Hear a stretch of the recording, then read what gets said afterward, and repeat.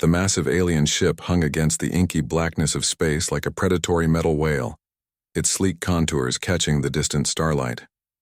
Kim Jae had seen thousands of space surveillance feeds during his 5-year stint at Earth's Outer Defense Command, but this one felt different. Alarms blared softly in the background of the monitoring station, a rhythmic pulse that matched the tension building in the room. Young technicians exchanged worried glances, their fingers hovering nervously over communication panels. The Zorn vessel wasn't just another random encounter. It was a threat that had already wiped out human colonies across 3 star systems. Jay remembered the briefings. Hydro weapons weren't like traditional armaments. These liquid-based technologies could dissolve entire planetary ecosystems, turn breathable atmospheres into corrosive storms, and essentially erase civilizations within minutes. Entire alien races had surrendered the moment Zorn ships entered their star systems, but something about this approach felt off. The ship's external sensors showed complex liquid patterns moving within its hull, weapons that seemed to pulse and breathe like living organisms. Traditional military strategies suggested immediate defensive maneuvers: scramble fighter squadrons, activate planetary shields, prepare counterattacks. Jay, however, watched with an unusual calm that surprised even himself. His grandmother had always told him stories about human adaptability, how their ancestors survived ice ages, world wars, technological revolutions, how they transformed challenges into opportunities. Those stories echoed in his mind right now. "Sir," he called to Commander Rodriguez, "the weapon signatures are unusual." Rodriguez, a veteran of multiple interstellar conflicts, approached the screen. Her weathered hands gripped the console's edge, eyes scanning the alien readings with decades of accumulated experience. "Explain," she said curtly. Jay pointed at the liquid weapon's molecular structure.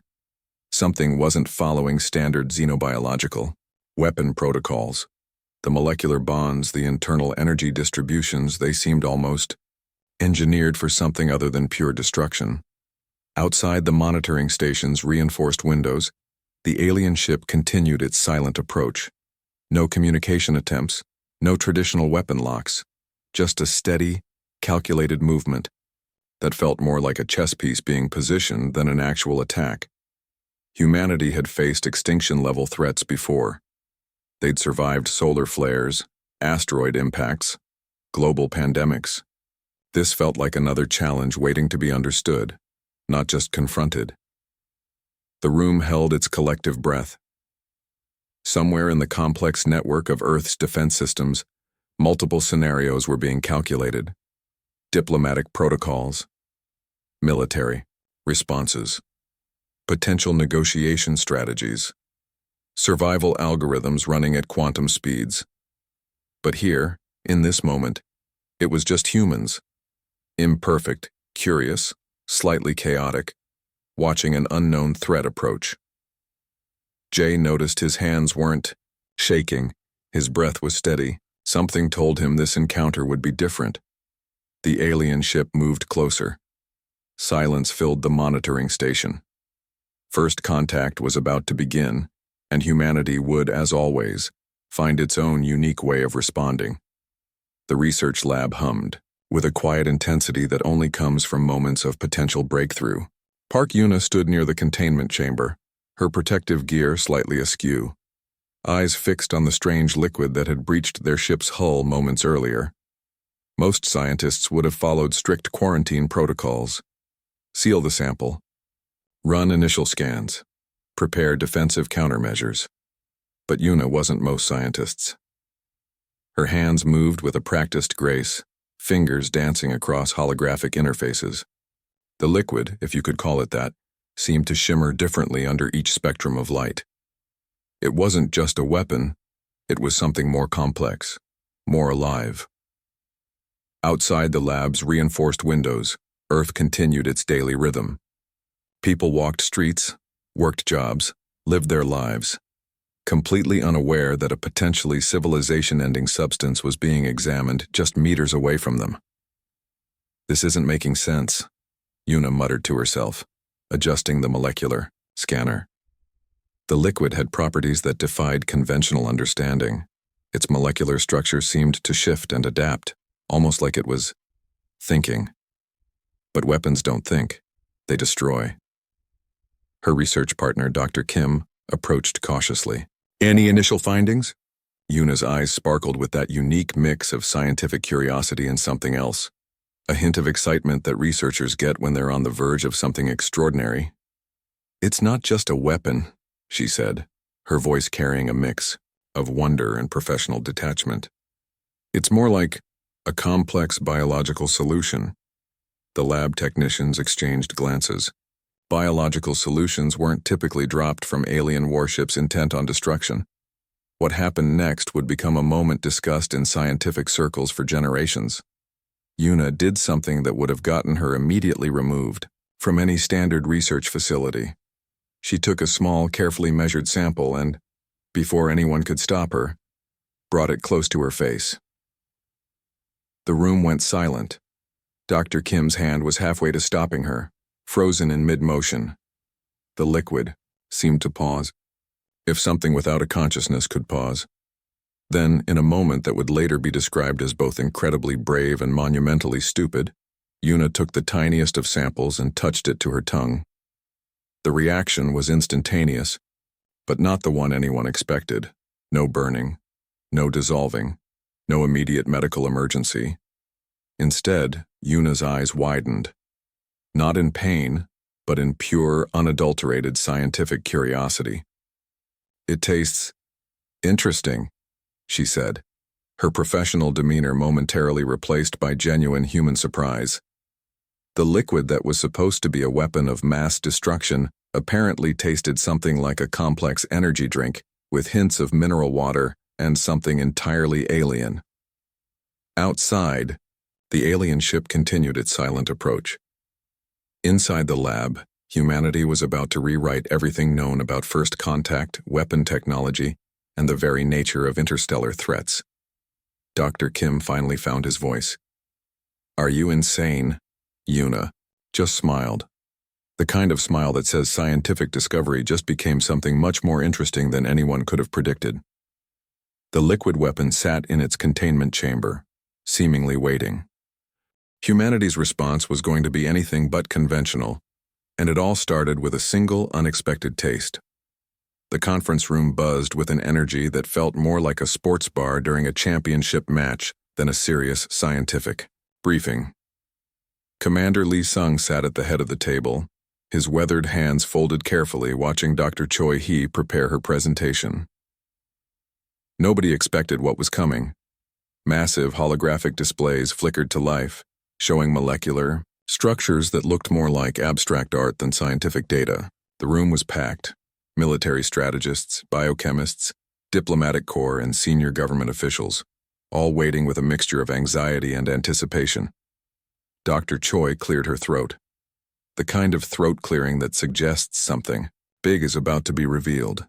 "Ladies and gentlemen," she began, her voice steady and confident, "what we initially thought was a weapon of mass destruction is actually something entirely different." The room went completely silent. The holographic display showed complex molecular chains dancing and shifting. It looked alive, almost breathing. The liquid that had terrified multiple alien civilizations was revealing its true nature. And it was nothing like anyone had imagined. "This is a nutrient solution," Dr. Choi continued, "with molecular complexity that makes our most advanced sports drinks look like children's juice boxes." Military personnel exchanged confused glances. Diplomats leaned forward. Scientists looked like they were about to jump out of their seats with excitement. The liquid weapon contained proteins, minerals, and energy compounds that human biochemists had been trying to synthesize for decades. It wasn't designed to destroy. It was designed to sustain, to feed, to provide energy in the most extreme conditions possible. Commander Lee raised an eyebrow. "Are you telling me," he said slowly, "that the most feared weapon in the galaxy is essentially a super-advanced nutritional drink?" Dr. Choi's smile was something between professional pride and pure human mischief. Exactly. The implications were staggering. The Zorn, a civilization that had conquered entire star systems, had been using what was essentially a high-performance nutritional supplement as their primary weapon. They had no idea that other species might actually benefit from their ultimate destruction tool. Humans had a long history of turning threats into opportunities, from turning nuclear technology into medical treatments to transforming industrial waste into renewable resources. Adaptation was in their DNA. This was going to be no different. The military strategists were already running simulations. The diplomatic corps were drafting preliminary communication strategies. The scientists were practically vibrating with excitement about potential research applications. "We need samples," one researcher blurted out. "Massive quantities." Commander Lee looked around the room. The fear that had gripped humanity during the initial alien approach was transforming into something else. Curiosity, excitement, that uniquely human blend of scientific wonder and strategic opportunity. Outside the conference room, the alien ship continued its approach, waiting, watching.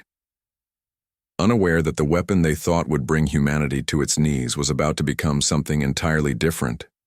A resource, a discovery, a opportunity. Humanity was about to do what it did best, turn the impossible into the possible, and it all started with a simple taste. The first public demonstration happened in Geneva during what was supposed to be a tense diplomatic summit. Representatives from 12 alien civilizations watched in absolute disbelief as human delegates casually treated the most feared weapon in galactic history like a refreshment. Large crystal containers filled with the shimmering liquid sat on the central conference table. Where other species saw potential annihilation, humans saw an opportunity. Captain Rodriguez stepped forward, her military uniform crisp, her movements deliberate. She picked up a crystal goblet filled with the alien liquid that had decimated entire planetary systems. The room went completely silent. "Ladies and gentlemen of the galactic community," she announced, her voice carrying a mix of professional calm and subtle humor. "We'd like to present our response to the hydroweapon threat." Then she took a drink. The alien ambassadors looked like they might collectively faint. Some background was necessary. Humanity had discovered that the Zorn's legendary weapon was essentially a hyper-advanced nutritional compound. What took seconds to dissolve entire ecosystems could simultaneously be processed by human metabolism as an incredibly potent energy drink. Military research facilities had been working overtime. Specialized filtration systems were developed. Nutritional analysis teams worked around the clock. What the Zorn considered their ultimate weapon, humans were transforming into a potential global resource. Production facilities started creating massive quantities of processed hydroweapon liquid. Sports teams began testing its performance-enhancing capabilities. Nutrition researchers mapped its molecular structure. Medical teams explored its potential therapeutic applications. The galactic community watched in stunned silence.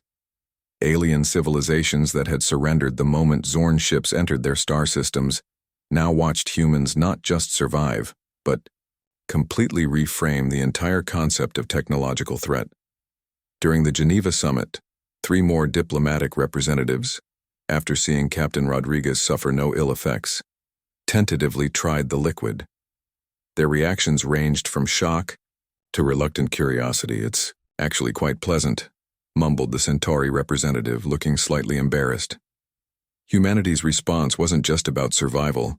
It was about transformation, taking something designed to destroy and turning it into something that could potentially help. Specialized bottling companies began discussing commercial production. Marketing teams were already brainstorming brand names. The scientific community was publishing research papers faster than anyone could read them. The Zorn watched in growing horror as their most feared weapon became humanity's newest potential export. Diplomatic channels buzzed with communication. Intelligence agencies ran countless simulations. But the fundamental truth remained simple. Humans had done something no one expected. They had weaponized adaptability.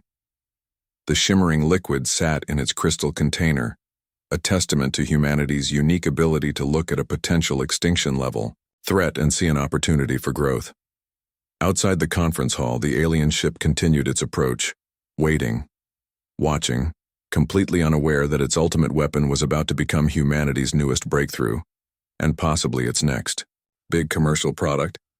The first official trade negotiation was nothing short of comedic genius.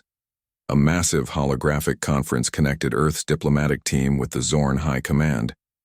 What was meant to be a tense interstellar confrontation quickly devolved into something entirely unexpected. "We would like to discuss bulk purchasing arrangements for your liquid weapon system," announced lead diplomat Park, her tone professionally diplomatic but with a barely concealed hint of mischief. The Zorn representatives shifted uncomfortably. Their most feared technological weapon was now being discussed. Like a commercial beverage product, humanity had completely reframed the entire narrative. Research facilities had discovered the liquid's incredible properties.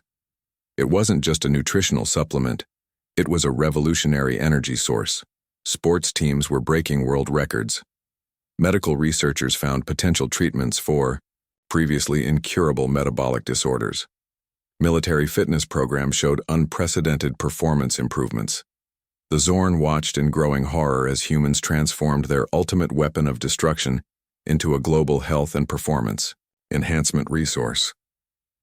Diplomatic meetings became surreal performances. Human representatives would casually request additional weapon shipments with the same tone one might use to order a corporate catering service. The Zorn High Command found themselves essentially being treated like interstellar beverage suppliers. "We're particularly interested in your winter blend," one human diplomat mentioned during a particularly uncomfortable negotiation session, referring to a specific molecular variant of the hydro weapon that showed enhanced thermal regulation properties. The galactic communication channels buzzed with disbelief.